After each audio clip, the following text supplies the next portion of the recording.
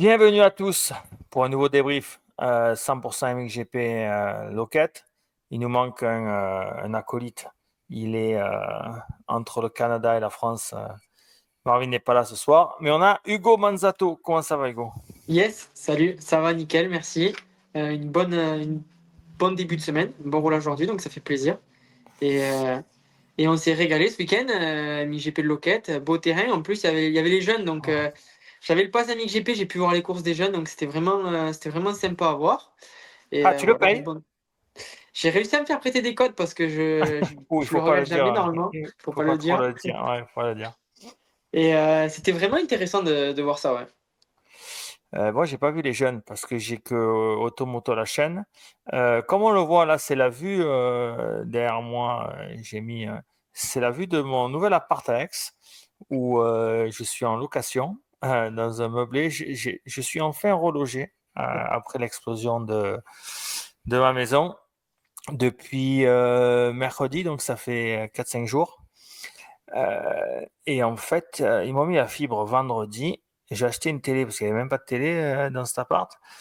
Mais j'avais que Automoto la chaîne. Donc, j'ai pas vu les petits rouler. Mais on a vu que le samedi, j'avais posté sur Facebook d'ailleurs, gros carton plein des Français. Parce que Mathis Aguillot ou Agulo, je sais pas comment on dit, euh, avait gagné la première manche 65. Enzo Herzogenrath avait gagné la première 85. Et en plus, Mathis Valin la qualifié MX2 et Romain la MX1 ou la MXGP. Donc, et puis ils ont eu une boue dantesque le samedi.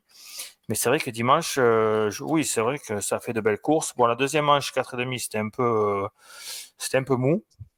Mais ouais, je voulais commencer. Déjà, félicitations au petit Frenchie.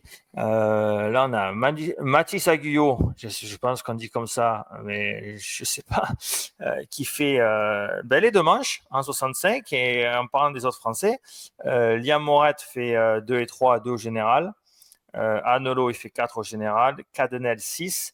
Et Timothée, 16, fait 9. Et 16, il fait 16 en première et 6 en deuxième. Donc, 5 Français, de petits Français en 65 dans le top 9. Donc, bravo les minots. C'est cool de voir ça.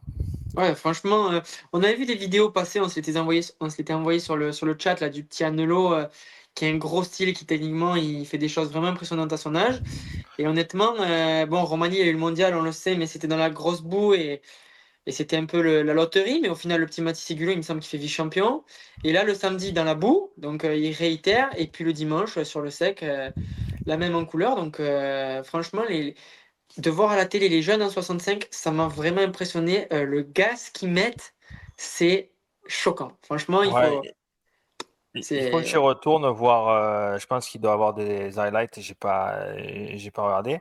Et en 85, le vice-champion de France et peut-être vice-champion du monde aussi, d'ailleurs. non, je crois pas. Il fait pas deuxième, Enzo Non, Herzogenrath? il me semble qu'il a eu un problème en deuxième manche. Ah, ok. Mais il Romain. fait deux en première manche à Ouais. Romagny au mondial, ouais. Et il gagne le général 1 et 3. C'était un peu moins bien pour les Français. On a Loan Toro qui fait 20 en faisant 13 et 0.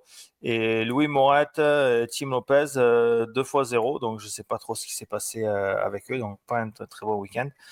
Euh, et on peut mettre, si personne ne le connaît, voilà, Enzo, champion d'Europe, 85 cm3. Bravo.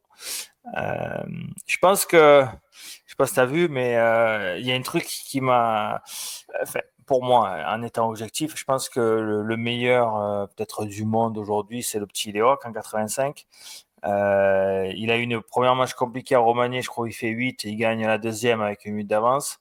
Et, et là, comme on dit chez nous, miskin, j'ai la vidéo d'ailleurs, on le voit.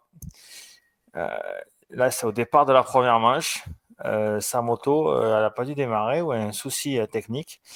Et donc, il a même pas parti en première manche. Mais il gagne la deuxième manche avec 12 secondes sur l'Espagnol Codet. et 46 sur la Zogenrad. Donc, pour moi, le vainqueur moral de ces deux courses, c'est un peu lui.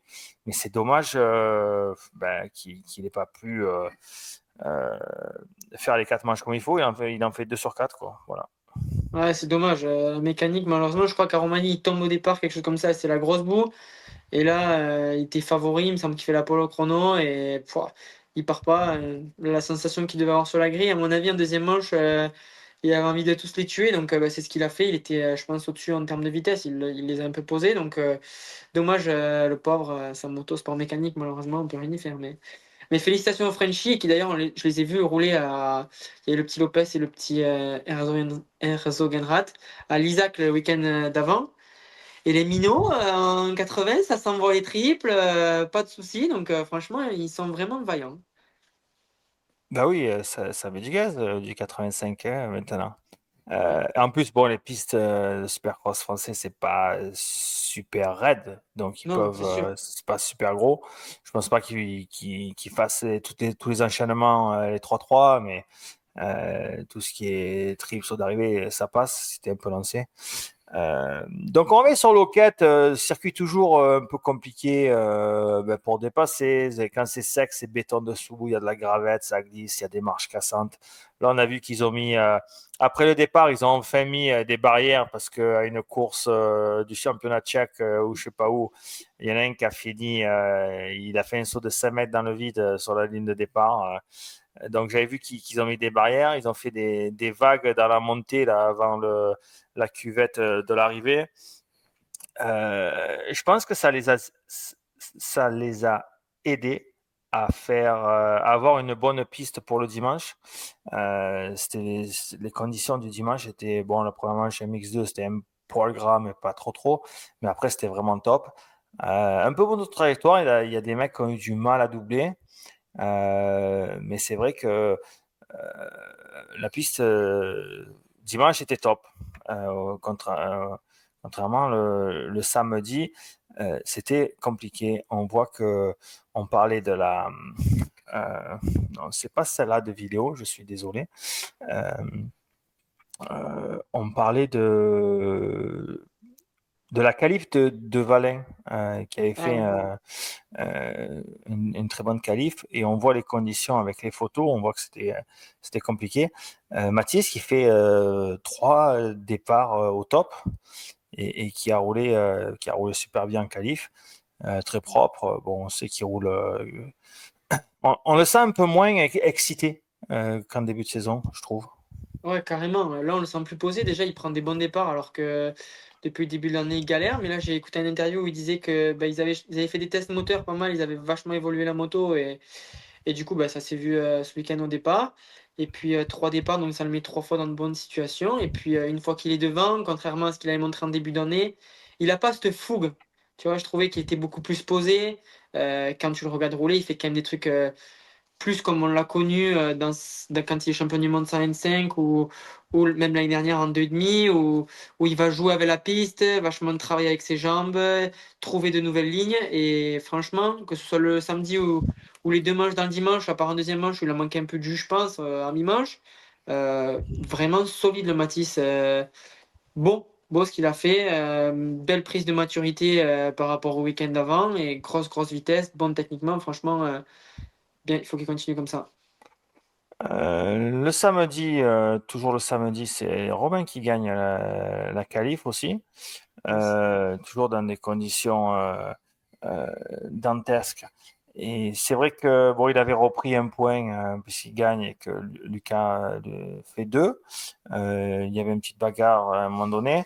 Euh, il était parti sur de bons rails pour le week-end. Et puis ensuite, première manche compliquée pour Romain. Il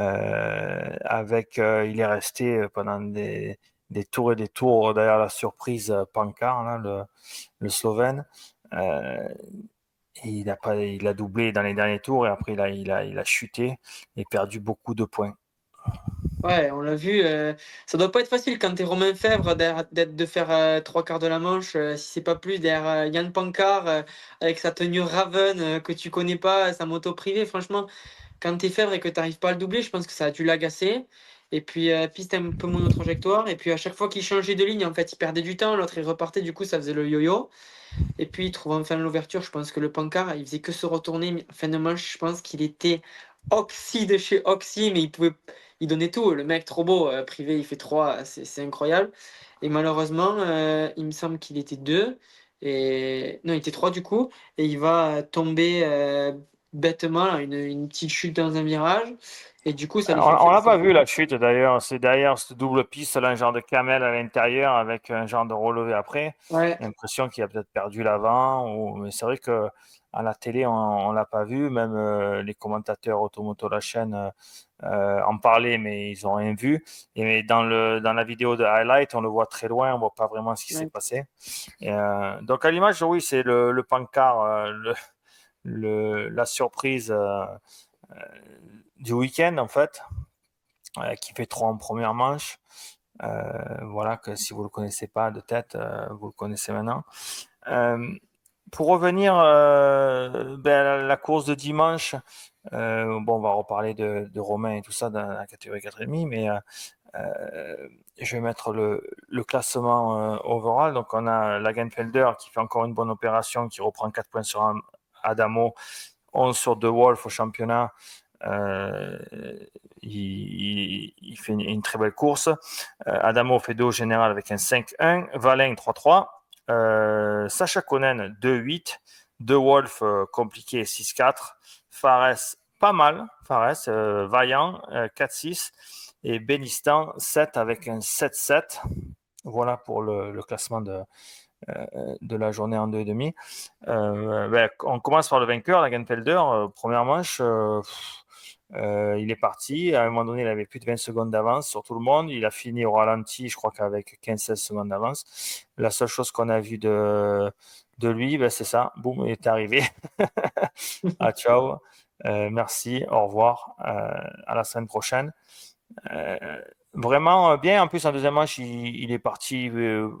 Bon, il n'est pas mal parti, mais il a su doubler Valin. Valin. Ouais, il a passé Valin, donc on va le voir là, par exemple. Voilà, un petit intérieur. Euh, il n'y a pas beaucoup de mecs qui sont passés à l'intérieur ici, là, parce que derrière, il y avait la grosse bosse, là, surtout dans les deuxièmes manches. Ils avaient remonté la bosse et dans première, ils faisaient intérieur, ils allaient se mettre vers l'extérieur. Après, ils ont fait un mur, c'était plus possible. Donc, oui, belle course en première manche. Des chronos, des chronos au top. Il roulait 1 seconde 4 au meilleur tour, plus vite que Konen qui avait le deuxième temps.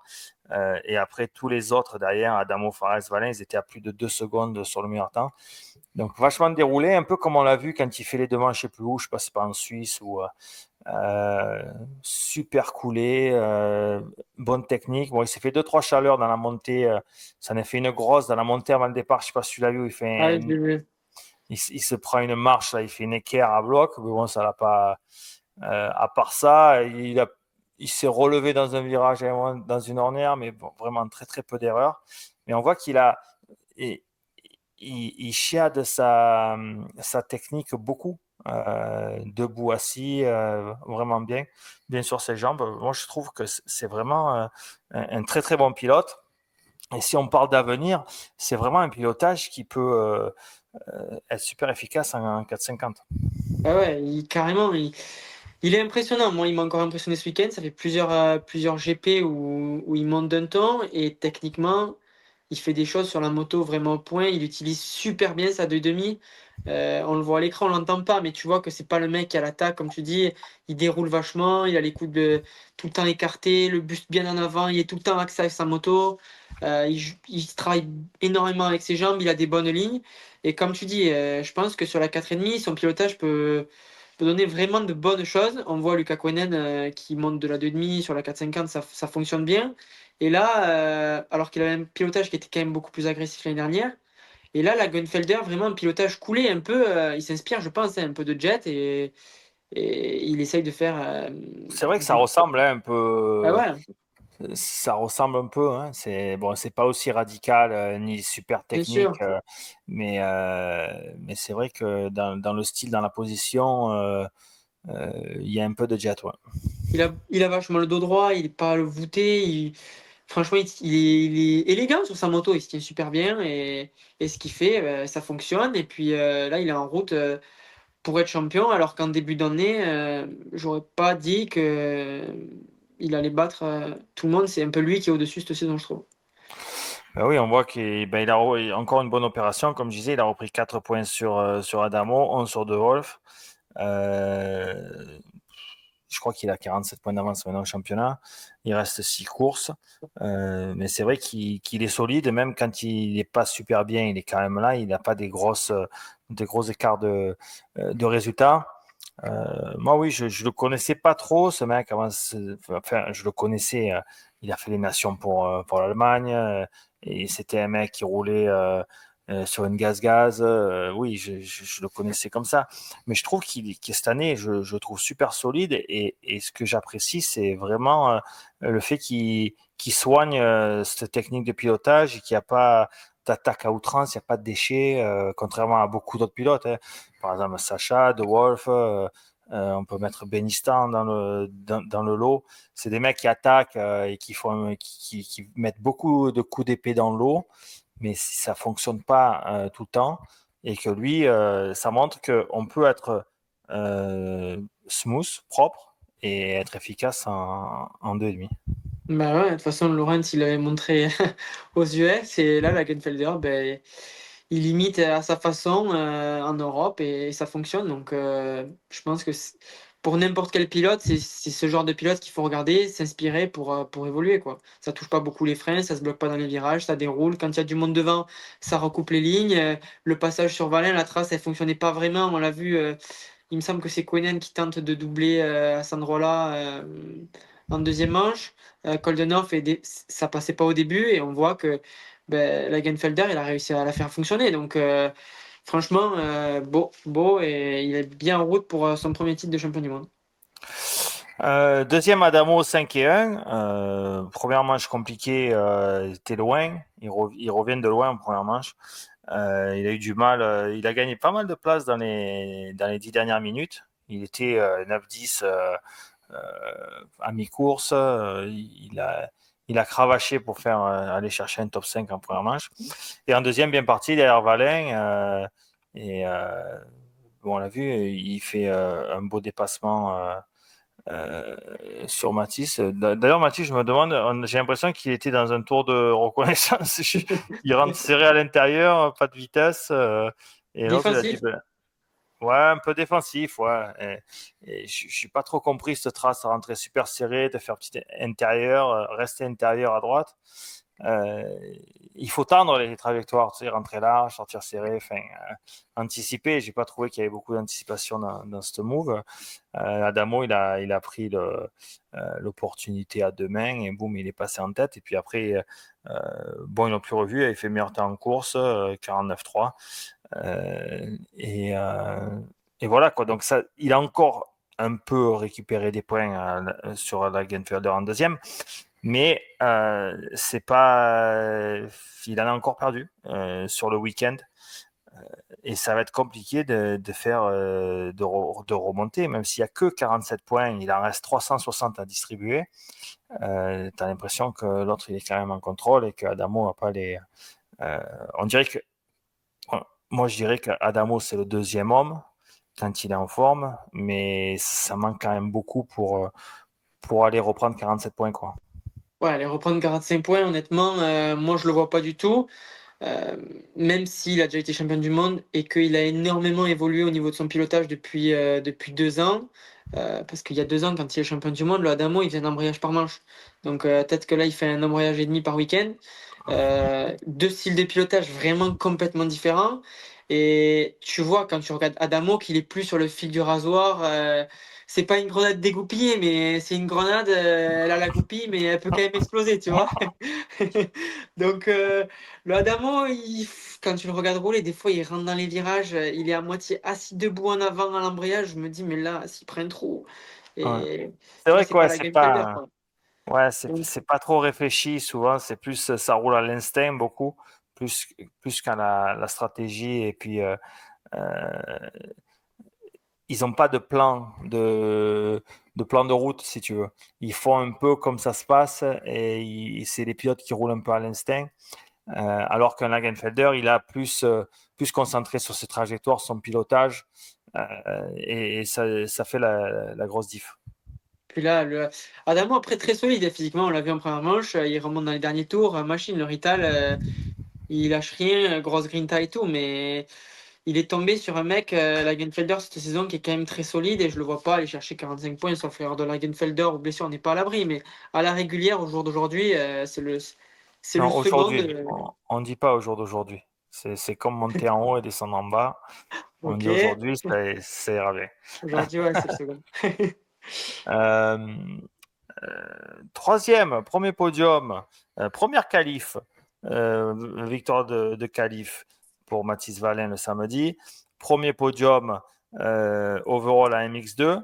Euh, on on aurait voulu et on aurait pensé qu'il serait arrivé quand même un peu plus tôt qu'à la 14e épreuve du championnat. Mais on en a parlé, beau week-end de Mathis qui a fait des très très bons départs et qui roule un peu moins une grenade dégoupillée comme en début d'année, parce qu'on l'avait vu en début d'année aussi bien partir. Je crois qu'en Argentine, part bien, il se met un Ouais. caramel dans le premier tour. Un peu la même en Espagne. Il a fait beaucoup de courses où un peu trop excité, un peu trop roulé au-dessus de ses pommes dans les débuts de course et blessures. On n'a pas vu pendant un moment aussi. Il a dû louper pas mal de courses. Euh, mais un départ de fou en deuxième manche, on le voit, il perd même le pied tellement qu'il pousse sur Ah les ouais. cale-pieds. Il n'a plus assez de grip sur les cale-pieds. Les pieds-ongles là et Ouais, il ça rip. tout. Ouais, il rip au milieu de la ligne droite. C'était bien. C'est vrai que je pense que c'est mieux pour lui de faire ça parce qu'il bon, il a fait deux manches correctes. C'est vrai qu'en deuxième manche, il a eu un petit coup de moins bien à un moment donné, mais on aurait pu croire qu'il allait perdre un peu plus de place, mais il s'est bien remis en question et il a pu sauvegarder une troisième place. Bon, il n'a pas pu faire grand-chose euh, par rapport à Adamo et Lagenfelder, mais on ne peut pas lui demander beaucoup plus. Très solide et voilà, enfin, il montre, enfin, il prouve à tout le monde, même à moi, hein, parce que bon, en début d'année, moi, quand je le voyais rouler avec son maillot en dehors du pantalon à fond et Le faire sa casque Just passe One. Just One tout blanc à fond de partout en faisant un peu n'importe quoi, en se prenant des coups de raquette. Là, on voit que c'est quand même beaucoup plus posé, plus réfléchi. Et je trouve qu'il a fait une très très belle course, un très bon week-end. C'est bien de faire ça. Et quand il est parti en tête en deuxième, j'ai eu un peu peur de ça qui roule un peu comme avant, en essayant de faire un peu trop par rapport à son niveau et son niveau de pilote et puis son niveau d'expérience à ce niveau-là. Mais bon, il a bien fait. Je pense qu'il avait rien pour les deux KT, mais il a fait sa place, c'était nickel, quoi. Bon, on l'a déjà dit solide. Après, je pense qu'il c'est un mec qui se remet en question assez souvent. Et le début de saison, ça lui a beaucoup servi. Je pense qu'il a voulu arriver un peu trop vite et peut-être vouloir gagner direct, hein. Ça se comprend, moto d'usine, deuxième saison en 2,5. T'es champion d'Europe, t'as une Kawa d'usine, t'es le seul pilote sous le haut-vent. Tu te dis, bon, allez, je vais aller empiler direct. Mais au final, c'est pas si simple que ça. Je pense quand tu arrives du 2,5, il y a quand même un bon step. Et puis là, d'après ce que j'ai vu, il a fait 15 jours, je crois, intensifs d'entraînement. Et puis là, solide le minot, franchement, respect parce que beau, par rapport à ce qu'il avait fait depuis le début de l'année, grosse marche. Ouais, très très bien. Au pied du podium, ton copain Sacha Konen qui fait à moitié une manche sur deux aussi, deux en première, huit en deuxième. Euh, Assez agressif, lui, par contre, lui, l'agressivité est là. Dans les premiers tours, en première manche, où il a voulu aller attaquer Lagenfelder assez rapidement. Mais bon, quand même deuxième. Deuxième manche, il nous a fait un knack-knack dans un extérieur. C'était en première, c'était en première, ça. Ah, c'était en première? C'était en Ah, première. je crois que c'était en deuxième. Il nous a fait des knack-knack, il nous a fait un peu des frayeurs. Il a aussi relevé la moto deux, trois fois. Euh, Qu'est-ce que t'en as pensé, toi? Ben, je trouvais qu'il se faisait vraiment secouer la paillasse en première. On l'a pas mal vu à l'écran et ça se fait grave, grave secouer. Donc, est-ce qu'il a le pied sur le frein ou pas? On voit pas vraiment à la télé et du coup, ça bloque l'amortisseur et il se fait secouer. Mais honnêtement, je trouve qu'il se fait vraiment, vraiment secouer. Déjà, il est pas bien grand et moi, je suis pas fan de sa moto, mais bon, après, je pense qu'ils le savent. Mais ouais, première manche, il arrive à passer devant. La Geinfelder, on connaît tous la force de Sacha hein, dans ses premiers tours. Souvent, en début de saison, il est malheureusement tombé, mais dans les débuts de course, c'est une machine de guerre. La vitesse qu'il a, c'est impressionnant. Et puis, il s'est raisonné. Il a vu que la Geinfelder était vite, que techniquement, il était quand même meilleur. Et du coup, il s'est raisonné. Il a gardé sa seconde place. Donc, belle première manche, même s'il s'est quand même pas mal fait secouer. Et deuxième manche, il rate complètement son départ. Je crois qu'il part plus de 15e. Donc, piste compliquée à doubler. Pas le meilleur pour faire des grosses remontées. Donc, il fait 8.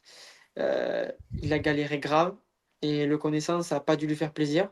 Mais bon, il fait quand même, il marque des points ce week-end. Moi, je pense qu'il faut bosser techniquement, physiquement, forcément, et surtout essayer d'évoluer la moto parce que sur un terrain comme ce week-end, avec un sol qui était quand même assez dur, où il y a de la vitesse et la piste assez piégeuse, il se faisait secouer le tonton. Oui, Euh, j'ai vu, je l'ai aussi vu. Bon, on l'a plus vu en première qu'en deuxième, et encore le circuit n'était pas super, super défoncé. Mais c'est ce que je me suis dit. J'ai dit de toutes les KT usines, c'est celle qui allait le moins bien, quoi. Euh, Tu vois que c'était un peu marteau-piqueur de partout. Euh, mais bon, après, c'est sûr que bon, c'est leur choix de rouler comme ça. Mais après, quand tu vois que ça va pas, tu peux quand même t'adapter, changer de trace, essayer de trouver des solutions en position de corps aussi, beaucoup, pas trop rétrogradé. Je trouve qu'il roule beaucoup quand même une vitesse en dessous aussi. Et la vitesse en dessous en cross, c'est un peu un cancer, hein. La suspension ne fonctionne pas. Le frein moteur, c'est très mauvais. Dans les descentes, plus tu as de frein moteur, plus tu te fais secouer. Et dans les accélérations, pareil, quand tu es trop dans les tours, la roue qui tourne, qui prend les marches, ça déjauge et tu perds l'adhérence, tu te fais secouer. Je pense qu'il y a aussi quand même un peu des choses à faire techniquement quand la moto n'est pas à 100%. Et en fait, si j'ai pas trop vu, que ça soit en pilotage et en trajectoire, chose que j'ai pas trop vu. Mais c'est vrai, je me suis fait la remarque comme toi que il se faisait un peu secouer. Ouais. Après, je pense que la piste, il y avait moyen de changer de trajectoire, il y avait moyen d'être créatif, et il y en a qui l'ont été, hein, Lucas, la Geinfelder et tout, mais c'était moins évident que sur d'autres pistes, pardon, parce que on a vu, il n'y a pas beaucoup de dépasse, c'est difficile de doubler, et quand tu sors de la trace principale, tu perds du temps souvent. Donc, Non, mais ça double. Tu prends un ouais, mec ça comme double, hein. Fernandez, et il est dans Il est le mic, dernier et remonte. il est dans le micmac au premier virage. Je crois que c'est Renault qui tombe, non, Ouais, c'est bon. en deuxième manche. Il repart dans les derniers et il revient 7 quand même. Tu vois, donc Ouais, bien sûr. euh, ça revient. Et si tu regardes un peu la piste, oui, euh, tu vois qu'il y a, euh, c'est pas large, mais il y a quand même des mecs qui font la différence, Ouais, bien qui font sûr. la... Mm. Mais c'est peut-être moins évident de changer de trajectoire et d'être créatif, et du coup, il est resté dans ses trajectoires et il se faisait Ouais. secouer après. Il y a du boulot. Un autre qui a eu un week-end difficile, c'est De Wolf, 6 et 4. Après avoir fait un Grand Prix de Finlande extraordinaire. Là, on revient sur de la terre et ça devient très très compliqué. Donc, il n'est pas super bien parti. 6 et 4. Pas dans les 5 au meilleur temps dans la première manche, mais il fait le cinquième temps en course en deuxième. 2 dixièmes derrière Valin qui fait quatrième temps. Là aussi, beaucoup de déchets. Il tape fort. Il suit pas bien les. Pour un mec qui est champion du monde et avec sa technique de pilotage et tout, j'ai l'impression qu'il a pas envie d'être là, quoi. Il est ailleurs. Euh, il, il, il tape les, les ornières trop fort, il se fait rejeter, il les suit pas bien comme il faut, il va s'enterrer, après il est énervé, il va dans des extérieurs mous, il s'enterre, il perd 20 mètres. J'ai trouvé que c'était vraiment très très compliqué. Il a fait un beau dépassement, je crois que c'est sur Bénistan peut-être, après les En mécanos, première. là où il recoupe, là, il fait un petit Ouais. recoupé qui est pas mal. Mais c'est vrai que pour son niveau technique, et quand tu le vois rouler en Finlande et là tu le vois rouler là, tu te dis mais c'est pas le même mec qui roule, c'est pas possible. Bah ouais, et puis même, l'année dernière, c'était la même moto. Il y a eu, en tout cas au catalogue, il y a eu très peu d'évolution. Juste des pattes moteur et deux modifications. Et là, quand tu vois le mec l'année dernière et que tu vois le mec cette saison, c'est pas le même homme. Ok, dans le sable, au dernier Grand Prix, c'était la folie et sûrement qu'à Lommel, il va bien rouler, c'est sûr. Mais sur la terre, mais tu te dis, mais qu'est-ce qui se passe? C'est pas le même mec. Là, en bas de la descente, il est assis, fesses en travers, pied sur le frein dans les trous. De Wolf l'année dernière, il met un grand coup de gaz, il passe par-dessus, ça soit plus loin, ça déroule. Là, je me suis dit, mais En plus, il a la tête tordue quand il roule. Et l'année dernière, c'était beau parce qu'en fait, il jouait avec la piste et tout. Mais là, je te jure, tu lui enlèves le casque Red Bull, tu lui mets un casque. Un kite là bien pourri avec des équipements pourris, une moto, et tu le mets à l'entraînement et tu le fais descendre comme il descendait dans la descente, tu te dis pas c'est Kate Wall sur la moto, c'est impossible. Tu vois? Ouais. Et vraiment, j'étais là devant la télé, je disais, mais putain, mais c'est pas possible. Quand je me suis dit, mais il va remonter, que dalle, Il a mis transparent. un temps fou à doubler Fares. Ouais. Après, Fares roulait vraiment bien, mais Ouais, c'était un peu un c'est bouchon. Kate Wall. Attends, il a bouchonné son coéquipier, le Fares, toute la première manche. Ah Le ouais. McLellan, ben, en fait, ils se font doubler les deux par De Wolf. Et l'autre, il n'arrivait pas à le doubler. Mais il était plus vite. J'avais l'impression qu'il était plus vite. Mais l'autre, le Fares, une chicane mobile. Bon, il fait quand même le quatrième temps en course en première manche. C'est pas si chicane mobile que ça. Mais tu vois que les mecs qui arrivaient derrière lui, il n'arrivait pas à le doubler. Non. Il avait une moto qui faisait 3 mètres de large et impossible à doubler le mec. Mais par Euh, contre, lui, beau pilotage, hein. Franchement, je sais pas si tu l'as vu à l'écran, mais beau comment il roule, hein. oui, c'est beau, oui. Après, En fait, il n'y a pas d'attaque. Tu vois, quand tu le regardes rouler, tu as l'impression qu'il se promène tout le tour, le mec. ouais, c'est vrai Euh, que c'est très très propre. Il y a pas de, il fait pas beaucoup d'erreurs. Il fait sa course. Et par contre, lui, c'est l'opposé de Ryder D, si tu veux. ah ouais. Lui, pour le doubler, lui, il va pas t'ouvrir la porte, lui. Ça, c'est Ah clair oui, et non. net. Oh, les mecs, ils n'arrivaient pas à le doubler, mais c'était un truc de fou. Ouais. Mais il fait quand même 6 au général avec un 4-6. Donc c'est quand même pas mal. Et puis 7 Bénistan. Là, c'est un peu pareil. C'est un De Wolf, mais moins bien. Mais je trouve que c'est un peu le même style. C'est beaucoup de déchets, des traces bizarres, des erreurs. Il tape dans des mecs où il faut pas qu'il tape dedans. Il prend des strass, il s'enterre, il, il fait pas, il n'y a pas de créativité pour doubler, vraiment. Et puis il était 5 à un moment, il se fait doubler dans une Ouais. manche, je crois. Je sais plus si c'était la première ou la deuxième. Mais il se fait doubler dans les Euh, deux, hein. ouais, et c'est vrai que pareil, il s'y prenait vraiment de la mauvaise façon, un peu dans la lignée de De Wolf. Bon, il n'est pas aussi bon que De Wolf, mais je trouvais qu'il y avait beaucoup de. Il y a de l'attaque, il y a de l'engagement, mais avec ça, il faut quand même qu'il y ait quelque chose derrière.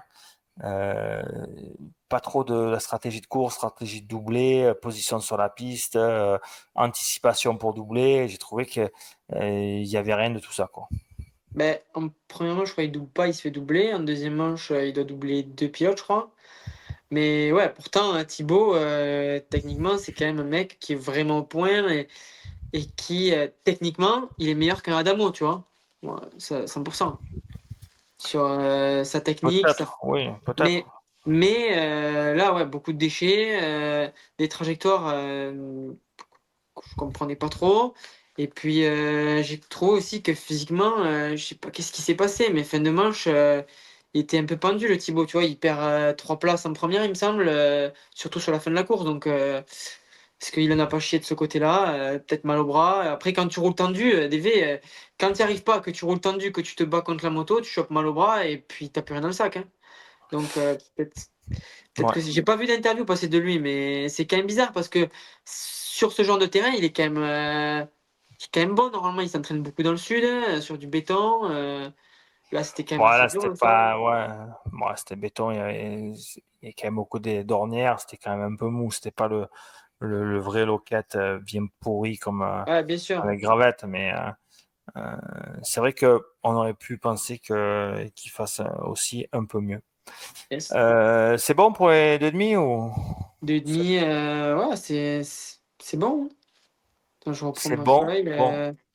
C'est bon, Là, on bon. voit le classement provisoire. Je vous ai mis les points si le calcul mental, c'est compliqué pour vous, la différence. Euh, Donc, Lagenfelder qui reprend des points, il est maintenant à 47 points d'avance. Il faut dire que maintenant, un week-end parfait, c'est 60, donc il n'a pas encore un week-end d'avance, mais il y est pas loin. Adamo à 47 points et De Wolf à 59. Euh, grosse, grosse tournée là. Tu vois, bon, là, ils ont fait la Tchéco, enfin, la République tchèque. Là, ils enchaînent avec Lommel ce week-end. Donc, évidemment, gros sable. Ensuite, ils ont un week-end off. Ils vont en Suède. Donc, Udevala, c'est loquette, hein. Ça ressemble. Quand il pleut, ça fait comme loquette. Quand ça sèche, ça fait comme loquette. Et quand c'est sec, c'est béton cassant comme loquette. Donc, Bien pourri, quoi, en résumé. voilà. Après, le week-end, ils enchaînent encore avec la Hollande. Donc, c'est Arnhem, ça doit être évidemment du sable. Après, ils Ouais. auront un week-end off et ils enchaînent 3 grands prix d'affilée. Attention, là. Turquie, Chine, Australie. Le Là, top. je te parle pas de la tournée qui va bien. Donc, en fait, ils vont faire 6 courses, non, 7 courses en comptant Loquette. 7 courses en 8 week-ends. C'est pas souvent que ça arrive, ça, tu vois, de rouler aussi souvent en Grand Prix, je trouve. 7 courses en 9 week-ends, c'est pas mal. Et là, les overseas qui s'enchaînent, surtout. Les overseas qui s'enchaînent, le jet Ouais, lag et tout, Turquie, c'est c'est un comme ça, hein. overseas. Ouais, on peut dire que Turquie, c'est un overseas parce que c'est loin. Après, ils vont, je pense, direct, ils vont Chine. mettre tout dans les caisses, ils vont aller en Chine et après Australie. Donc Ouais. là, bon courage les gars. Et bon courage au team pour payer tous les déplacements. Oh là là là là, le Et ceux truc. qui voyagent en éco, courage. Parce que là, pour récupérer les jambes dans le front pendant 10 heures de vol, après un Grand Prix, merci, hein. Ouais, donc ça va être chaud. Et 2 courses dans le gros sable aussi, hein. Donc après Chine-Australie, et je crois qu'Australie, ça va être quand même un peu mou aussi. Euh, mais à voir. Moi, je me languis déjà. En plus, il y a pas de course aux US. Le week-end prochain non plus. Donc, dimanche après-midi, vous La m'appelez Lommel, c'est pas. mythique en plus, hein. Ouais, l'OMEL, il faut le regarder. Lommel, Euh, ça va être la folie. je vais peut-être demander des codes pour regarder le samedi, tu vois. Ah, j'en Non, ai, si tu veux, j'en ai. je vais juste regarder les highlights, tu vois. Je me regarde les highlights le soir, ça suffit. Et je vais pas passer le week-end à regarder de la moto quand même. Mais oui, dimanche après-midi. Et d'ailleurs, en parlant de ça, je regardais ça. Euh, mais ma mère, bon, elle est avec moi hein, parce que elle habitait chez moi. On n'a plus de maison, donc elle est maintenant dans ce petit appart de 65 mètres carrés qu'on a trouvé. Euh, et donc, on a regardé. Elle a regardé 3 tours. 3 tours du MXGP. Elle dit, hop, ah, c'est bidon ça. C'est bidon, les US c'est mieux. Hop, elle est partie sur sa Mais tablette. non. Elle est allée regarder Netflix. Elle n'a pas Ah regardé. ouais? Ouais, ouais. Toutes les J'ai dit, manches? mais. Ou genre. Non, non, elle a fait 3 tours de la première Ah manche. ouais. 3 tours, elle dit, mais c'est bidon ça. Je vais regarder. Elle est partie Mais regarder lui, sa tablette. Lommel, semaine prochaine. Ouais, mais je vais lui dire de. Et par contre, pour le Cross US, Super Cross US, à 4 heures du matin, on regarde. Tu vois, donc Logique. c'est fou quand même. Et moi, ça me plaît. Moi, j'aime bien le cross, en fait. Regarder la télé le cross parce que c'est long et tu peux voir des choses. Moi, j'aimais. Après, J'aime. c'est cool, mais la deuxième manche 4,5, quand même, c'était un peu long, hein.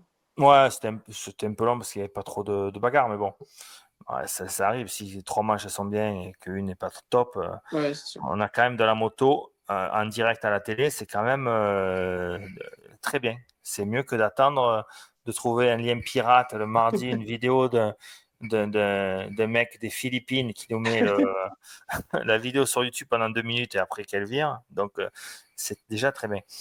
Euh, 450, nouvelle victoire de Lucas Konen avec un 1 et 2. Romain Fèvre 5 et 1 qui fait 2. Koldenhoff qui est le meilleur pilote Yamaha cette année de loin, même si sur la moto c'est pas marqué Yamaha, 4 et 3. Qui fait d'ailleurs le deuxième meilleur temps en première manche et le meilleur temps en course en deuxième. Et ça, j'étais impressionné quand même. Fernandez qui fait un bon week-end vu les circonstances de course, 2 et 7. Gifting, premier privé, 7 et 4. Sewer, 8 et 6. Vlanderen, 11 et 5. Gears, 9 8. Et Pankar, j'allais dire le local d'étape, mais non, parce qu'il est slovène, qui fait 3 et 16. Et on voit Bogers, je ne sais pas ce qu'il a fait Bogers en manche, mais il marque 22 points. Ben Lucas, qui reprend encore des points, il reprend 5 points en Romain. Il en avait perdu un Je euh, qualifie. en manche qualif, et puis il en a reperdu 3 comment en deuxième manche. Mais comme Romain a fait une erreur, ils auraient pu faire, ça aurait pu être une course sans la chute de Romain. Euh, À 0. à 0 ou à 1 point pour Romain, tu vois. Et finalement, il reprend 5 points. Et maintenant, Lucas n'est qu'à 10 points de Romain. Et comme je disais, avec 6 Grands Prix, là, ça peut. Il y a encore beaucoup de choses qui peuvent se passer. Comme je disais, 360 points à attribuer. Super manche, fin première, tranquille. Hein, on l'a vu, comme Lagenfelder, si tu veux. On Ouais. a vu Lucas en première. Voilà, c'est ce qu'on a vu. Voilà, merci, au revoir. C'est vrai, c'est un peu pareil, on n'a pas vu à la télé, ils n'ont pas beaucoup montré, ils ont montré un peu ce qui se passait derrière parce que Romain n'arrivait pas à passer à Pancart pendant des tours et des tours, et puis finalement, ça s'est fait. Et puis en deuxième, bon, Lucas n'est pas super bien parti, mais il a fait le job. Bon, il passe Koldenhoff, qu'on le voit là. Un petit intérieur, c'est beau, tu vois. J'ai bien aimé ça. Il fait style qu'il va à l'intérieur et hop, il va faire le petit bloc pass pour le faire freiner. J'ai trouvé ça que c'était beau comme truc. Euh, et puis, c'est pas énervé. Bon, après, il est tombé, non? À un moment donné, il chute. Il a fait une petite erreur. Il est pas tombé, mais il a fait une petite erreur. Ouais, il perd du temps parce que Dans la moitié de la piste et tout. ouais. Et ensuite, bon, Romain gagne la deuxième match, mais j'ai trouvé rien, enfin, il cassait pas trois pattes un canard, mais en fait, pour lui, c'est bien de le voir rouler comme ça. Si on n'en parle pas trop, ça veut dire qu'il a bien roulé, en fait. C'est qu'il n'y a pas eu euh, de trucs où il fait des grosses erreurs, euh, il- c'est ce qui me gêne un peu dans un sens, mais c'est ce que j'aime bien, c'est que il est solide, quoi. Il est solide et il fait beaucoup moins d'erreurs. Il pose bien son pilotage. Et en deuxième match, je disais qu'il avait mal au bras à un moment donné et qu'après ça allait mieux. Et ça s'est vu hein, en chrono parce que on a vu que quand il a fait l'erreur, ben, ça revenait plus trop. Et puis à la fin, il a essayé quand même d'aller mettre de la pression un peu à distance sur Romain. Je trouvais que c'était pas mal. Mais bonne opération, hein, puisqu'il reprend 5 points, il gagne le Grand Prix. Rien à dire.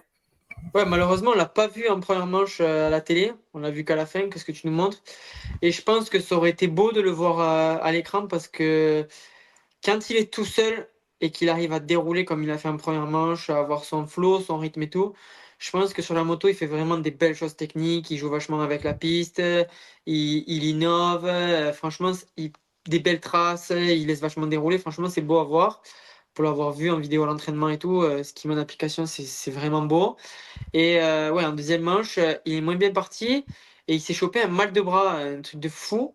Donc, plutôt que de se mettre au tas, et là, preuve de maturité, hein, preuve qu'il grandit au fur et à mesure des GP. Et je pense que s'il avait eu cette maturité-là l'année dernière, ça aurait changé beaucoup de choses. Euh, ben, il s'est repris, et puis une fois que son mal de bras il est passé, il a remis la machine en route. Le minot piste comme ça, fin de dernière manche des 4,50, après tout le week-end, il colle. Ça roulait en quoi? En 30, 48, un en 49, 49? 49 49. 4 à 3 tours de la fin, 49 6 avant-dernier tour. Franchement, c'est solide quand tu sais que Romain il fait ses meilleurs tours en début de manche en 49-4. Pareil pour Koldenhoff. Le gamin, à 18 ans, fait ses meilleurs tours dans le deuxième manche MXGP. Terrain mort, même tour que eux. Non, franchement, solide, rien à dire. Et puis même, hein, en première manche, tu le vois au micro, juste après la manche frais, nickel. Deuxième manche, un peu plus usé, mais ça va. Donc c'est top. Il a hâte d'être à la maison à Lommel. Forcément, sans JP en plus dans le sable. Alors là, il va être chaud comme une maraque à frites. J'espère qu'il va pas monter en l'air. Et...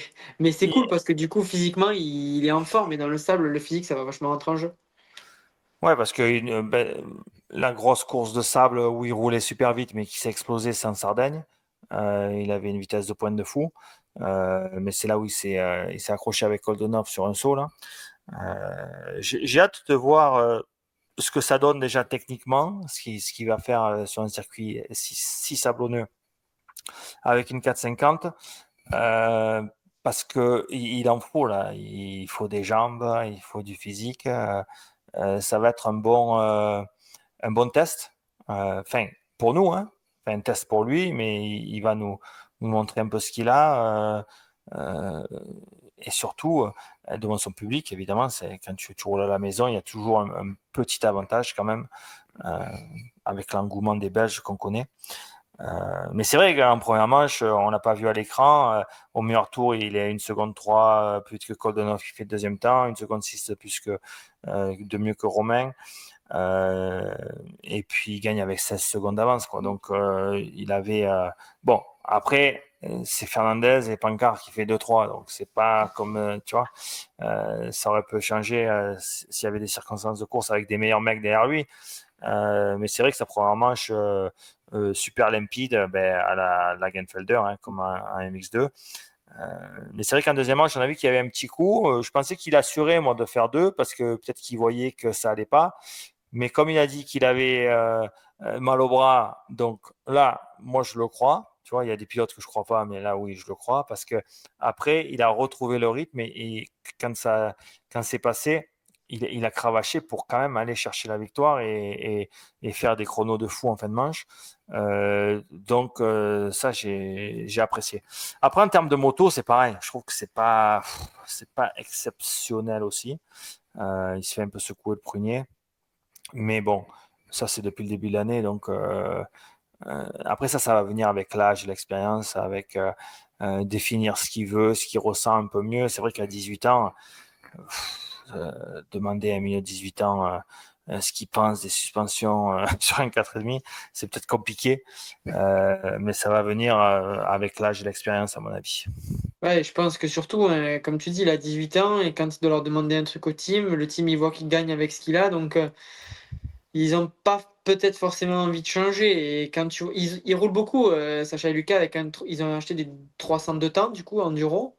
Et en fait, quand tu les vois rouler sur les vidéos, hein, qui postent sur les réseaux, que ce soit Sacha ou Lucas, en fait, ils se font 2 fois moins secouer que leur moto de Grand Prix. Donc forcément, ça va quand même moins vite. Mais tu te dis qu'il y a quand même moyen de mieux faire que ce qu'ils ont. Ça, c'est une certitude. Je pense qu'ils en sont aussi conscients. Et que c'est difficile de travailler sur ce point-là parce que ben, d'un côté, tu as Lucas qui gagne et de l'autre côté, tu as Sacha, son coéquipier gagne aussi. Donc pour le team, c'est difficile de dire que la moto n'est pas adaptée. Donc essayer de travailler là-dessus, Mais ça mais se je voit pense. que la moto de Lucas travaille très haut quand même par rapport aux autres. Tu vois, on voit on dirait qu'elle a beaucoup plus de débattement parce qu'en fait, Ouais. elle est haute. Et c'est vrai sur des circuits euh, avec pas beaucoup de vitesse comme ce week-end, peut-être pas beaucoup d'adhérence. Bon, il y en avait un peu ce week-end, mais euh, ça accentue le problème. Tu vois, après, quand ça va être sablonneux ou ça pompe ou il faut que ça retienne, tu les vois moins ces problèmes.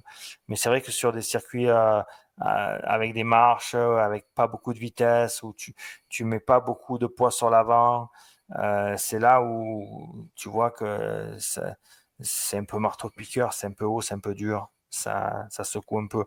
Mais bon, il gagne quand même et il est dans la course au titre, quoi. Ouais, c'est bien parti. Ça va nous donner une belle fin de saison là. Six courses, ça va être la Mais de toute folie façon, parce là, ils que sont plus que deux, hein. Je ouais, crois ouais, que le troisième, c'est Coldenaf, il a plus de 104, il a déjà 3 courses de retard. Donc ouais, là, c'est un duel. Les autres, ils sont là juste pour remplir la grille, même ils ont du mal de les remplir. Euh, Romain, 5 et 1, donc très bonne qualif, bien parti, repris des points. Première manche, euh, je me demande ce qu'il veut. En fait, à un moment donné, je crois que tu arrives et tu sais plus comment t'y prendre parce que tu as tellement essayé et ça va pas, quoi. Et alors que tu as un mec devant, un inconnu, entre guillemets, tu n'arrives pas à le passer, tu te dis, mais il y a souci. Là aussi, un peu de stratégiquement, on l'a vu faire de meilleurs trucs, en fait, par rapport à ce qu'il nous a montré en première match. surtout sur un terrain comme ça où la force de Romain, c'est son adaptation au terrain, son changement de trajectoire, il est magique avec ça. Il arrive à mettre la moto en glisse, à recouper des petits virages, à écarter, revenir, vachement laisser dérouler la moto. Et là, je pense qu'il arrive à un point en première manche où il s'est dit, mais j'abdique. J'y arriverai pas. Il essayait tout, même avant la montée pourrie là. Il a essayé d'aller à l'extérieur 3 fois, il s'est empilé dans la boue, après il a perdu les pieds des repose-pieds. J'ai dit, mais oh là là, il doit péter un câble. Et devant toi, t'as Pancart qui fait la manche de sa vie. Ça doit pas être facile, on en a déjà dit, mais t'es Romain Fèvre, t'as Pancart avec sa tenue Raven qui est devant. La Ça tenue, doit ça pas veut faire rien dire, rêver. gros. Ça veut rien dire. T'as vu tes Ouais, c'est tenues, sûr, mais toi? bon, t'es quand même Romain Fèvre, tu joues au championnat et t'arrives pas à doubler un privé qui arrive avec son père en camping-car, donc ça fait chier, tu vois. Ouais. Et même si, attention, un grand mérite à lui, bon, il finit par trouver l'ouverture et je pense que, je sais pas, on l'a pas vu à l'écran, il peut perdre l'avant en bas, là, de cette descente dans ce gauche, Non, mais c'est pas ouais, une descente, c'est après c'est le camel, où il y avait le camel à l'intérieur ou à l'extérieur, ah ouais, avant le exact, genre de mur, tu sais, où ils ouais, allaient exact. contre le mur, c'est là où ils tombent, là. Donc là, c'est peut-être qu'il se met un peu court, il part un peu sur l'avant, et puis après, il perd l'avant parce qu'il est un peu trop. Je peux pas savoir, mais c'est vrai que dans ces compressions-là, La euh, déconcentration. ouais, peut-être, dernier tour. C'est bête parce qu'il perd des points. Euh, mais en parlant de. Il a eu du mal de doubler ce pancart là. Euh, pour moi, il a quand même le dépassement du week-end. Ça s'est pas passé dimanche, mais ça s'est passé samedi, donc je vous le montre. Moi, je trouve que c'est le dépassement du week-end. C'est magnifique ce qu'il fait, c'est dans la boue. Hop, il va te recouper Koldenhoff ou intérieur. Magnifique ça. Non, Tu mais vois. là, c'est folie. Ouais, là c'est beau. Hop, tu vois qu'il prend son temps, il trouve un petit calage, un petit trou pour tourner. Et là, tout en accélération, en dérive, magnifique. On en a passé quelques-uns des trucs comme ça depuis quelques semaines qu'on faisait le dépassement du jour. Bon là, c'était pas du jour parce que c'était la veille. Mais c'est pour ça que je dis du week-end. J'ai trouvé ce dépassement magnifique et c'est pour ça que je voulais vous le montrer. Donc Romain, toujours en tête, toujours plaque rouge, maintenant que 10 points d'avance. On a parlé du programme qui arrive avec 6 grands prix où ça va être compliqué avec les décalages horaires, les voyages, la récup. Ça va pas beaucoup rouler en semaine à mon avis. Euh, donc ça va être compliqué à mettre en place. Et il va rouler, bon, il connaît Lommel, hein, je pense qu'il a déjà gagné, il a déjà gagné des courses à Lommel, Oui, il a déjà Romain, gagné. ou au moins des manches, tu vois. Donc c'est un mec qui roule là-bas depuis très très longtemps, donc je pense que ça va être de bon. C'est pas comme avant, les Français, nous, quand on allait en Hollande il y a 30 ans, compliqué de Ouais, faire. vu de là-bas. Ouais. Et nous, on n'allait pas, ça n'existait pas. Nous, on vivait dans le sud, hein, on vivait pas. Nous, c'était T'allais pas tout l'hiver à Lommel, là, faire le vélo sous moins 42 degrés, Non, moi, avec l'hiver, tes j'étais aux US, je escales. faisais du SX, moi. Je faisais du SX en hiver. Donc, la préparation Grand Prix, elle était un peu limitée dans ces trucs-là, même si j'ai eu mon petit succès à moi en Grand Prix mes 2 dernières années, en gagnant des courses. Mais c'est vrai que ça m'aurait aidé d'aller rouler un peu dans le sable, parce que quand tu arrivais à l'époque en 125, je me rappelle, en 96, je crois que c'est en 96, c'était un Hollandais qui s'appelait Eric Higgins, qui a été champion ou vice-champion d'Europe 125, peut-être. Euh, hmm, ou peut-être pas. Enfin bref, un Hollandais, avec des Honda. La semaine d'avant, on était à Belpuig, qui ne se qualifie pas. Nickel. La semaine d'après, on va à Lichtenvoorde, en Hollande. L'Europe à côté, c'est l'autoroute. Tu vois. L'Europe Le à top. côté, c'est facile. Le top. Là-bas, des sous-bois serrés où que tu peux passer qu'à une moto, mais des trous, des racines, un truc de fou. Première manche, lui, il est parti, bon, c'était 42 à l'époque, hein. Il est parti avec la 5 Honda, il pensait qu'il allait passer avec le réservoir, euh, et réservoir d'origine. L'origine? Ouais. Donc en tête, étant en bonne essence évidemment. Et deuxième manche, je crois qu'il gagne la manche en ravitaillant. Non. Ouais. Donc, tu vois, à l'époque, il y avait ou même, il y avait des Rémi Van Ries, par exemple. Toi, tu connais pas, tu es trop jeune. Mais lui, c'était le troisième pilote de chez De Groot, un pilote support. Pareil, il faisait des podiums à Bakenswaard, à Lommel, des trucs comme ça. Le reste de l'année, tu le voyais pas, quoi. Donc, il y avait beaucoup de différences entre quand on allait rouler dans le gros sable. Maintenant, c'est fini. C'est fini. Les mecs, ils habitent tous là-bas, ils savent rouler. Je te C'était rassure, je vais dans le sable, je fais 3 tours sans planter la visière, je suis content, hein. J'ai jamais mis un pied là-dedans. Ouais, je te dis, Donc, la première fois que j'ai roulé, moi, à Lommel, c'était en 94. Yves de Maria roulait avec la Honda Pepsi en Grand Prix. Moi, je roulais en junior. Oui, 94, je roulais encore en junior. Euh, et on était monté, je sais pas pourquoi on était monté là-bas. Je sais pas si c'était pas un stage d'équipe de France ou un truc comme ça. Il y avait Jackie et tout. Enfin bref. Euh, mais c'était vraiment la caricature de Lommel, si tu veux. C'était gris, et il fallait presque la lumière pour rouler, même à midi, tu vois, c'était gris-noir. Le terrain défoncé, il pleuvait, c'était pourrave, il faisait froid. Je crois que le premier jour, j'ai pas fait un tour sans tomber. Je tombais, 55 kawa, pourri, je tombais à tous les tours. Je crois que le deuxième jour, le plus que j'ai fait, ça devait être 3 tours sans tomber. Il y a des mecs, ils avaient des motos d'il y a 10 ans avec des casques orange et des habits Wolf. Ils me déposaient. Et moi, j'étais un junior, enfin, je faisais 3-4 ans junior, tu vois. Je les voyais, ces mecs, ils avaient non, mais, des motos d'il y a 4 ans, des casques orange. Oh, les mecs, ils envoyaient du pâté. Et il y avait Yves qui roulait donc avec la Honda Pepsi. Il y avait d'autres mecs qui avaient. Mais, son coéquipier à l'époque, c'était le père à Maximus Voland. Donc Talon Ah oui. Voland, c'était le coéquipier à Yves. Et par contre, celui qui la mettait à tout le monde, hein, je crois qu'il lui en mettait 6 ou 7 secondes les 2 jours, hein, c'était Jackie Martens avec Ah oui. une 500, je sais pas combien, Husky, là, kick à gauche, Le top.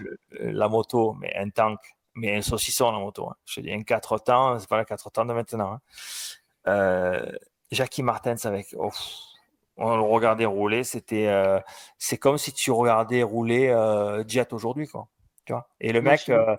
il avait le mulette, il avait la moustache il était belge, mais il avait une moustache d'allemand, tu vois, avec un casque laser. Non mais regarde bien un casque laser en 94, ce que ça dit. Le C'est kite, bon. tu le mets avant un laser. Le laser, c'était vraiment un fait-tout, le creuset, quoi. Tu vois, le même poids sur la gueule. Une Euh, enclume. Oh là là, mais tu vois comme il roulait, il sautait. Et à l'époque, à Lommel, tu avais les appels de table de saut, ils étaient en béton en fait. Il est bétonné, Ah tu ouais, vois, il est pour pas damé. les... Non, c'est du béton. C'est du vrai béton. C'était du vrai béton, les appels. Mais en bas, ça faisait des marches de C'est fou, ce que tu j'allais vois, dire. avec le sable. Lui, il arrivait, ouah, il cabrait comme un fou, ouah, il sautait ces trucs, mais très très loin, à la Gauthier, à la grande époque. Tu te rappelles Gauthier quand il Ouais, sautait à ouais. Lommel à fond?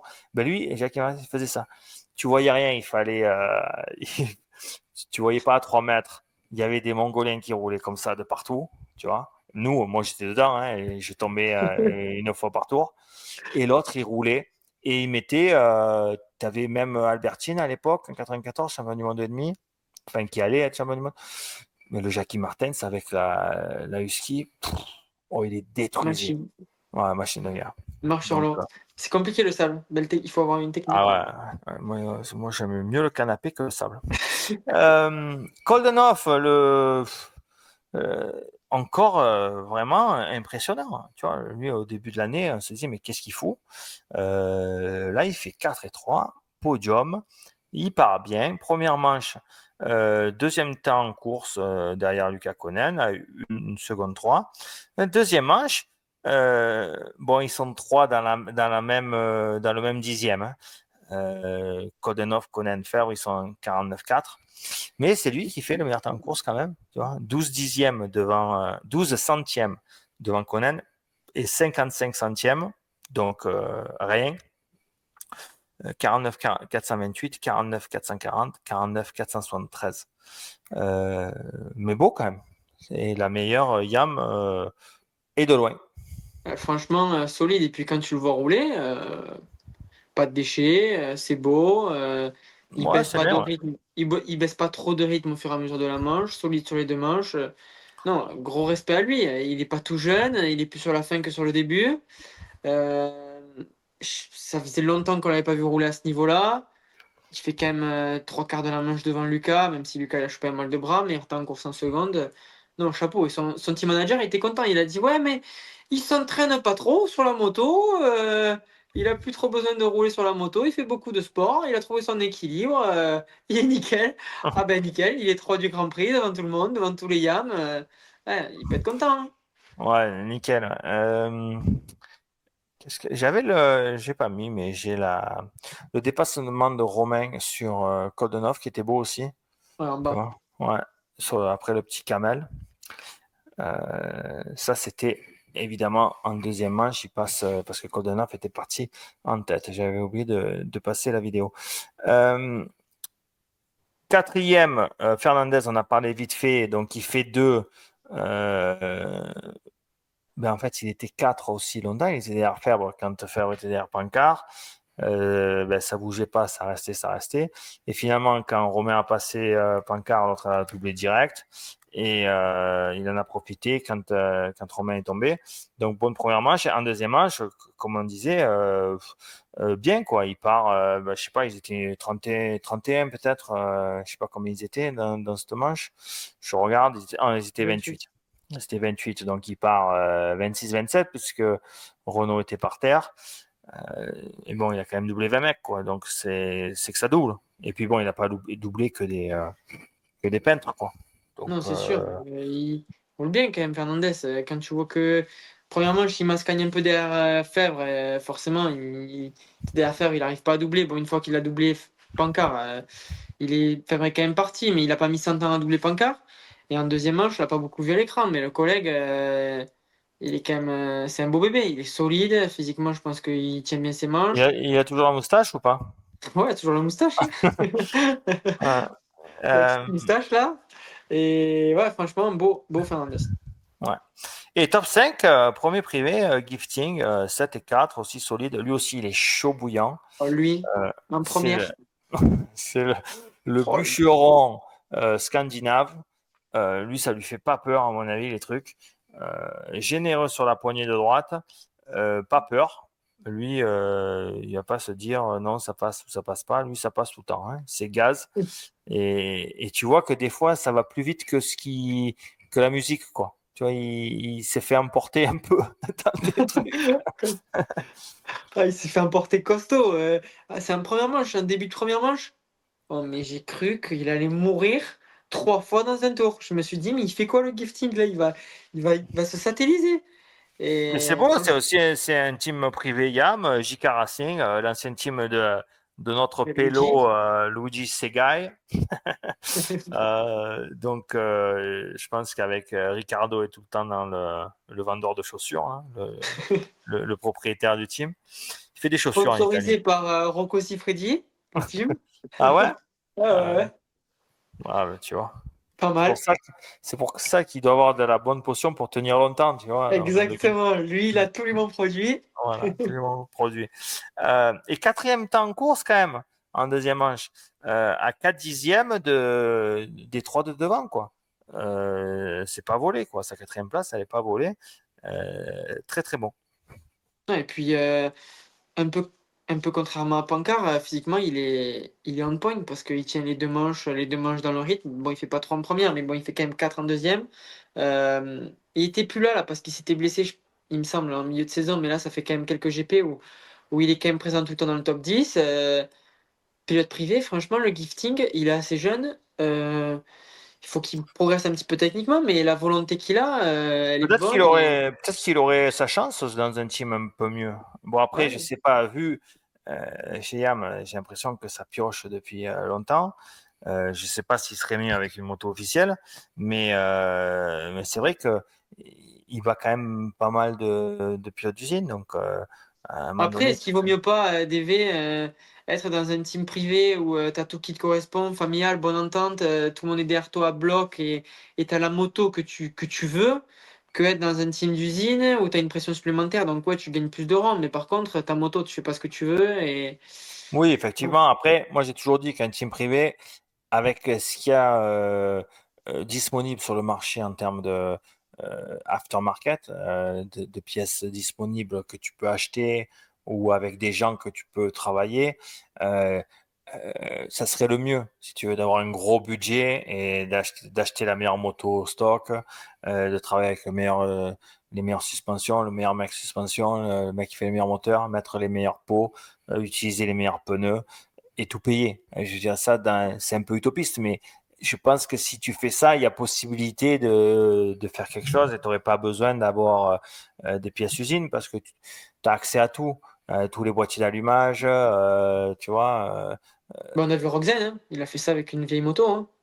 Oui, voilà, ils font un peu ça avec chez Roxane. On a vu en parlant de Roxane, il a changé de préparateur de suspension, je sais pas, au moins 10 fois depuis qu'il est chez Suze, tu vois. Donc, euh, et ça, t'as cette flexibilité que t'as pas dans un team usine, évidemment. Mais bon, après, quand tu roules, je pense qu'il doit pas gagner des 100 et des 1000, le gifting. Donc, à un moment donné, Non, mais évidemment. il faut prendre un peu des ronds, quoi. Tu vois, parce que faut faire un peu sa retraite. Ouais, mais bon, il est dans un moment de sa carrière où il veut plus peut-être performer que et se montrer aux avant-postes pour peut-être justement avoir un guidon, meilleur guidon. Après bon, à ce niveau-là, financièrement, je sais pas ce que ça donne, mais c'est sûr que tu gagnes plus dans un team d'usine que dans son petit team privé, ça c'est certain. Voilà. C'est tout pour la catégorie. Mais Ah non, on a oublié de. on en a déjà parlé, mais on peut parler de Pancart quand même. Voilà, à l'image, il est Ah là. ouais. JP 253. Le thème. Le thème, ils ont oublié un A ou pas là? Ou je sais pas. Enfin, bref.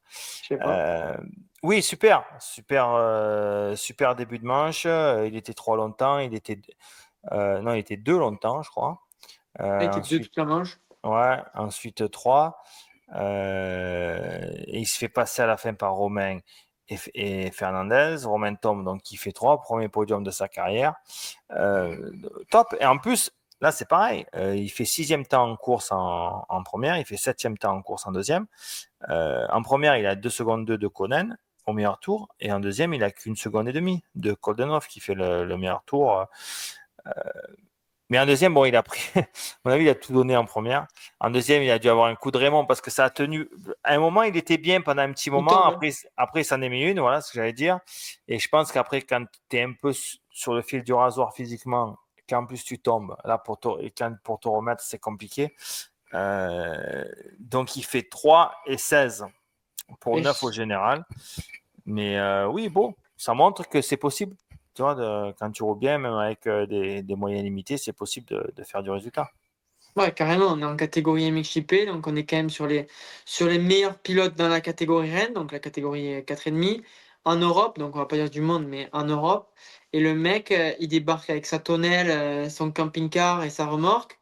Il a peut-être une moins belle structure que des mecs à la Ligue, et il fait un podium de manche en MXGP quand même. Le Ouais. gazier, il se relaie avec son père pour rentrer après la course, pour conduire le camping-car. C'est sa mère qui lui lave le casque. Non, Voilà, mais comme c'est à beau faire des l'ancienne. vélos. Respect. Franchement, bon, après la première manche, j'ai vu une vidéo passer. Il est blanc. Alors, déjà qu'il est pas bien bronzé. Là, il est transparent, le collègue. Le soleil ne doit pas beaucoup le voir dans son pays là-bas. Il est transparent. Je me suis dit, mais ça, c'est après la deuxième manche ou c'est après la première?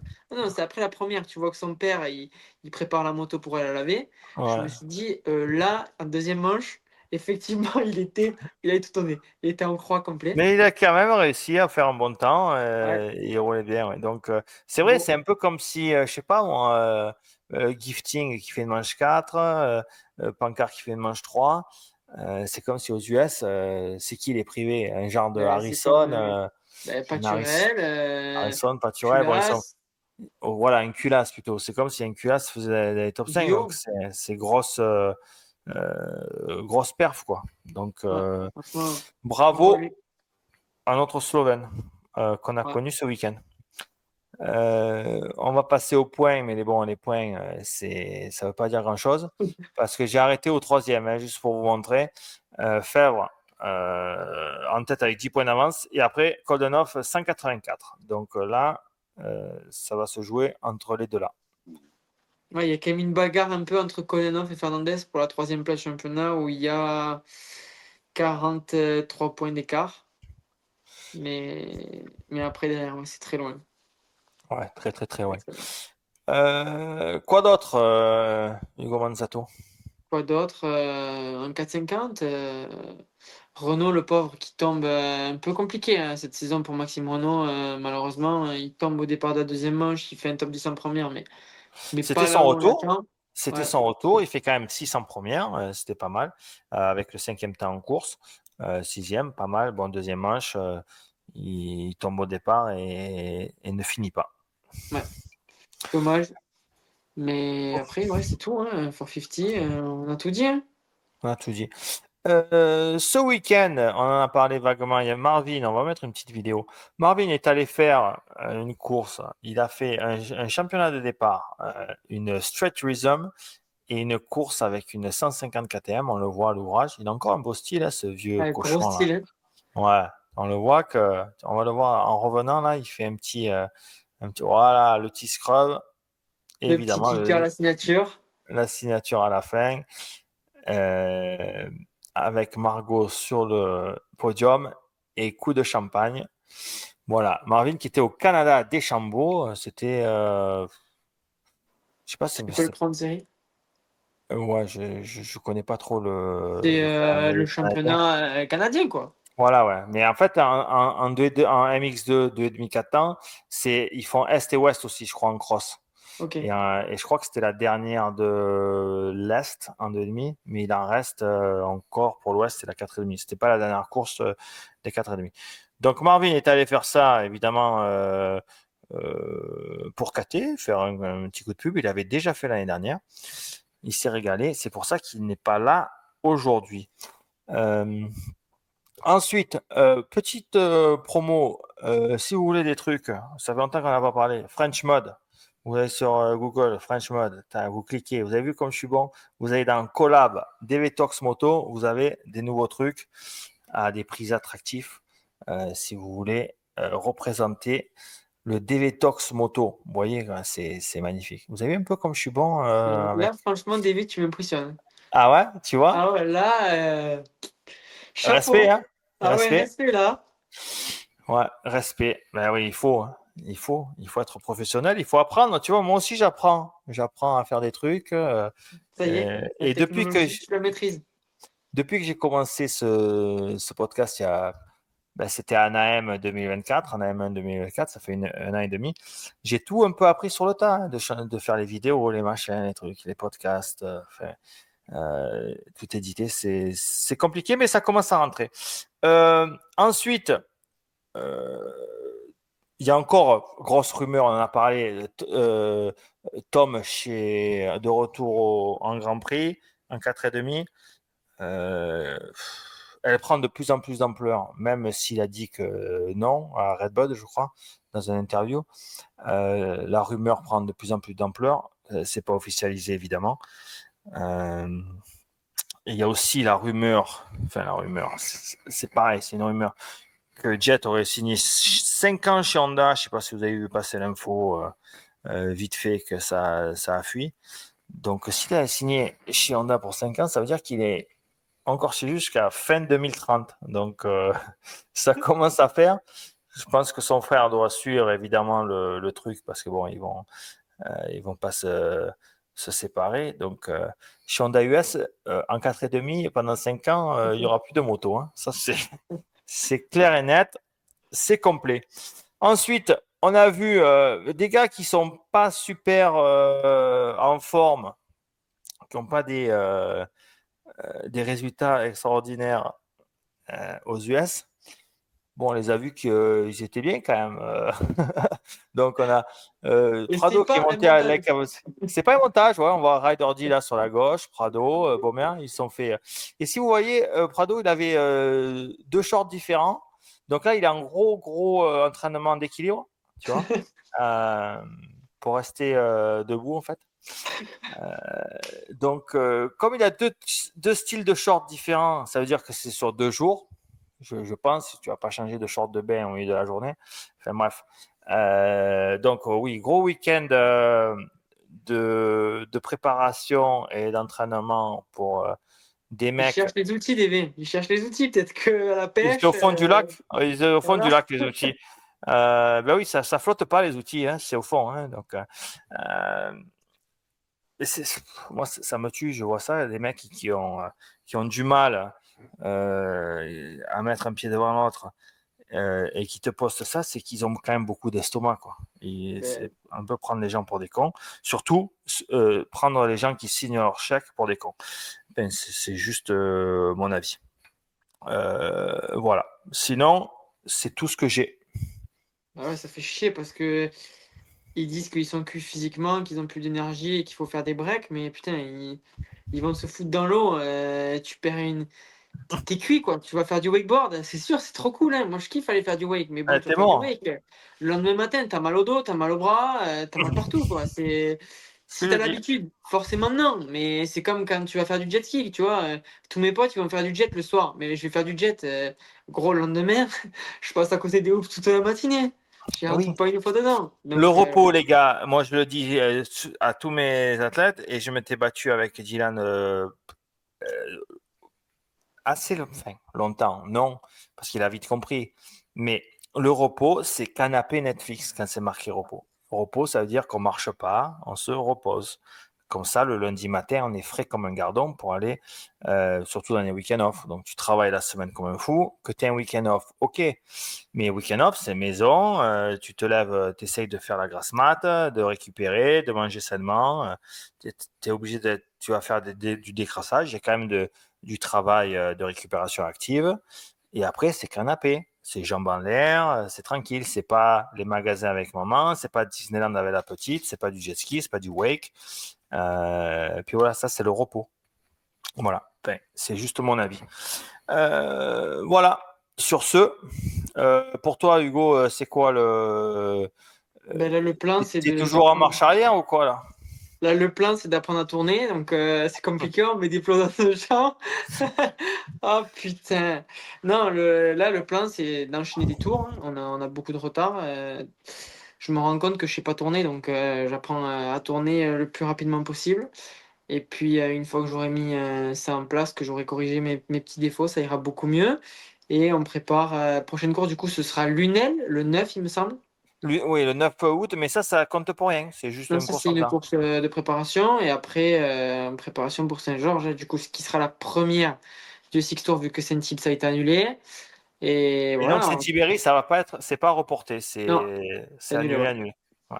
Du coup, on bosse dur, on s'entraîne dur. On a un bon groupe de travail là, en ce moment avec Anto Bourdon, Polias et tout ça. Donc, c'est génial, on rigole Avec bien. des bons peintres. Là, Ah, c'est les gars, sûr on que s'ennuie pas. là, c'est sûr que euh, entre les manches, le Tinder, pas le Tinder, les DM sur Instagram, Ah, ils sont tous et, mariés, ça y est. ah, ça y est, oh là là, les mecs, Ah, je rigole, je rigole, je s'ils rigole. pouvaient mettre le téléphone là sur la lunette de cross, il le ferait. Oh, j'en peux plus. Vous le mettez au guidon sinon, hein, vous envoyez des À la textos place de la montre. en roulant.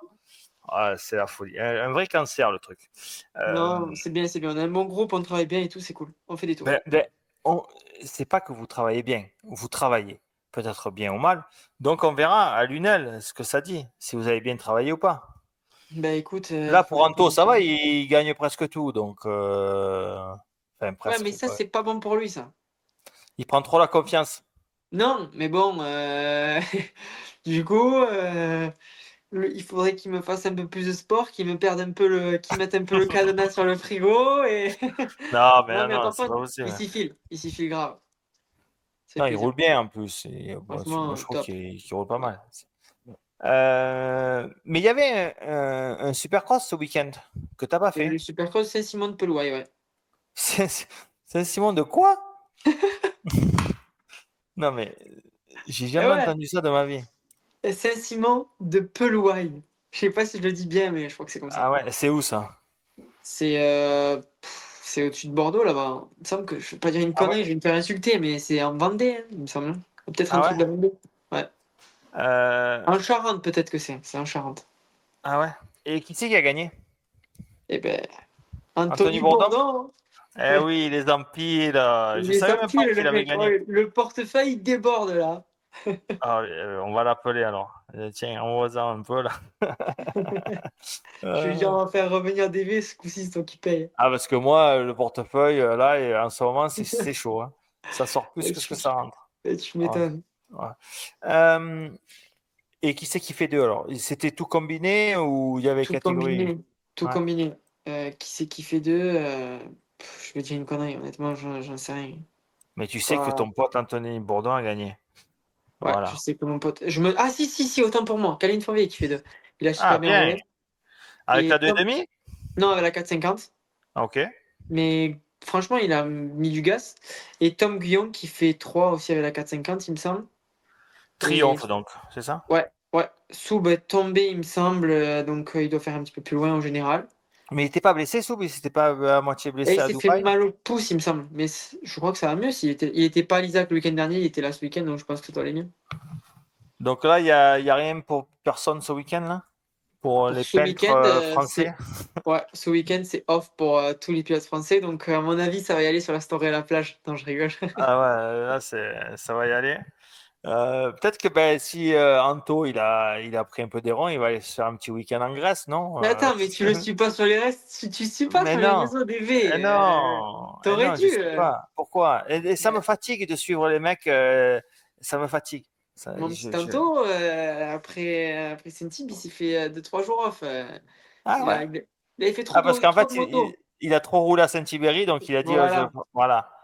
Mais En fait, c'est vraiment le style. Mais il comprendra jamais, en fait. Il Mais comprendra jamais. si, il comprend. Il Eh non, comprend. Il eh non. comprend, mais il a aussi besoin de faire un petit. En fait, Anto, il a besoin de travailler sur une période et au bout d'une période, faire quelques jours off et retravailler sur une période.